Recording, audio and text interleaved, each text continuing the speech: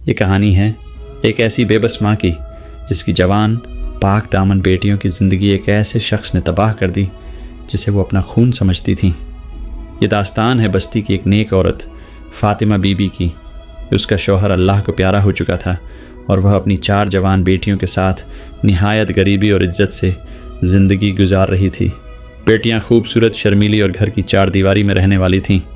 फ़ातिमा बीबी खुद घरों में काम करके, सिलाई कढ़ाई करके जैसे तैसे अपना और बेटियों का पेट पालती थी। उनके साथ उसका भांजा जमाल भी रहता था। जमाल के माँ बाप बचपन में ही गुजर गए थे और फ़ातिमा ने उसे अपने बेटे की तरह पाला था। बेटियां उसे सगे भाई जैसा मानती थीं और घर में किसी को कभी उस पर शक तक नहीं गुजरा। वह मेहनती लगता था और फ़ातिमा की मदद भी करता था। ज़िंदगी खामोशी से अपनी डगर पर थी, लेकिन फिर एक अनहोनी ने घर की बुनियादें हिला दी। फ़ातिमा की सबसे बड़ी बेटी ज़ैनब बीमार रहने लगी, कमज़ोरी बढ़ने लगी। फ़ातिमा उसे शहर की दाई के पास ले गई। दाई ने कुछ देर जांचने के बाद जो बताया उसे सुनकर फ़ातिमा के होश उड़ गए। ज़ैनब उम्मीद से थी। फ़ातिमा पर मानो आसमान टूट पड़ा। उसकी बेटी जिसने कभी घर की दहलीज अकेली पार नहीं की, जिसके सिर से दुपट्टा नहीं उतरा, उसके साथ यह कैसे हो सकता था। घर आकर उसने ज़ैनब से पूछा, उसे डांटा, लेकिन ज़ैनब बस रोती रही और कसम खाकर कहती रही, अम्मी खुदा गवाह है, मुझे कुछ नहीं पता, मुझे कुछ भी याद नहीं। बस रात को कभी कभी गहरी नींद आ जाती थी और सुबह जिस्म टूटा हुआ लगता था। माँ का दिल जानता था कि उसकी बेटी झूठ नहीं बोल रही। ये सदमा अभी ताज़ा ही था कि कुछ महीने बाद फ़ातिमा की दूसरी बेटी सायरा के साथ भी यही हुआ। वही अलामतें, वही डर और वही इनकार।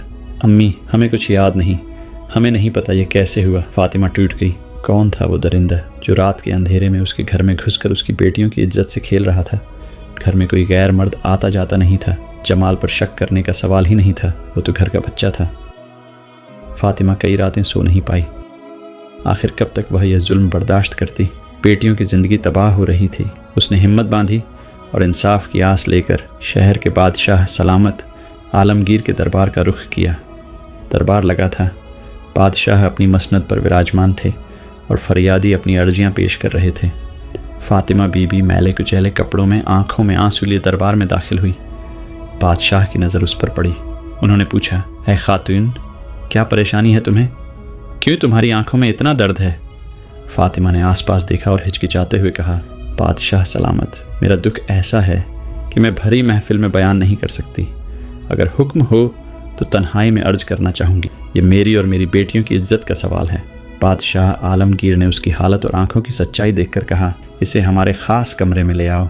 अंदर जाकर फ़ातिमा बादशाह के कदमों में गिर पड़ी और रो रो कर अपना सारा हाल कह सुनाया। उसने अपनी बेबसी, बेटियों की परदानशीनी और एक के बाद एक 2 बेटियों के साथ हुई अनहोनी का जिक्र किया, जबकि उन्हें कुछ याद तक नहीं था। उसने कहा, बादशाह सलामत, मैं बस जानना चाहती हूँ कि वो कौन है, वो कैसे मेरे घर में घुसता है, मुझे इंसाफ चाहिए। बादशाह आलमगीर का चेहरा गुस्से से सुर्ख हो गया। उन्होंने कहा, फ़ातिमा बीबी, तुम्हारी जगह कोई और माँ होती तो शायद बदनामी के डर से ज़बान बंद रखती। तुमने हिम्मत दिखाई। अब यह सिर्फ तुम्हारा मसला नहीं, मेरी सल्तनत की इज्जत का सवाल है। वो दरिंदा चाहे ज़मीन में छुपा हो या आसमान में, हम उसे ढूंढ निकालेंगे। बादशाह ने फ़ौरन अपने वज़ीर आज़म को तलब किया और सारी सूरत हाल बताई। वज़ीर ने कुछ देर गौर किया और फिर बादशाह के कान में एक तरकीब बताई। उसी रात वज़ीर के हुक्म पर 2 सिपाही सादे कपड़ों में फ़ातिमा बीबी के घर के आसपास छुप गए। वज़ीर ने फ़ातिमा को समझाया, आज रात तुम और तुम्हारी बेटियां गहरी नींद सोने का नाटक करना। हमने आंगन में और बेटियों के कमरे की तरफ जाने वाले रास्ते पर बारीक राख बिछा दी है। जो भी आएगा उसके पैरों के निशान हमें उस तक ले जाएंगे। फ़ातिमा ने डरते डरते वैसा ही किया। जमाल भी अपने कमरे में सो रहा था या सोने का नाटक कर रहा था। आधी रात का वक्त हुआ। घर में मुकम्मल खामोशी थी। तभी एक साया दबे पांव आंगन में दाखिल हुआ और एहतियात से चलता हुआ बेटियों के कमरे की तरफ बढ़ा। उसे क्या मालूम था कि नरम राख उसके कदमों के निशान कैद कर रही है। वह जैसे ही बेटियों के कमरे के पास पहुंचा और दरवाज़ा खोलने की कोशिश की, छुपे हुए सिपाहियों ने उसे दबोच लिया। थोड़ी हाथापाई हुई, लेकिन वह पकड़ा गया। सिपाहियों ने उसके चेहरे पर कपड़ा डाल दिया ताकि कोई उसे पहचान न सके। सुबह बादशाह का दरबार दोबारा लगा। मुजरिम को जंजीरों में जकड़कर पेश किया गया। फ़ातिमा और उसकी बेटियां भी एक कोने में सहमी खड़ी थीं। बादशाह ने दरबार खाली करने का हुक्म दिया। सिर्फ फ़ातिमा, उसकी बेटियां, मुजरिम और चंद खास लोग रह गए। बादशाह ने गरज कर कहा, क्या यही वो शख्स है जिसने एक बेबस माँ के घर में घुसकर उसकी बेटियों की ज़िंदगी बर्बाद की? फिर सिपाहियों को हुक्म दिया, इसका नकाब हटाओ। जैसे ही नकाब हटा, फ़ातिमा और उसकी बेटियों की दिल दहला देने वाली चीख निकली।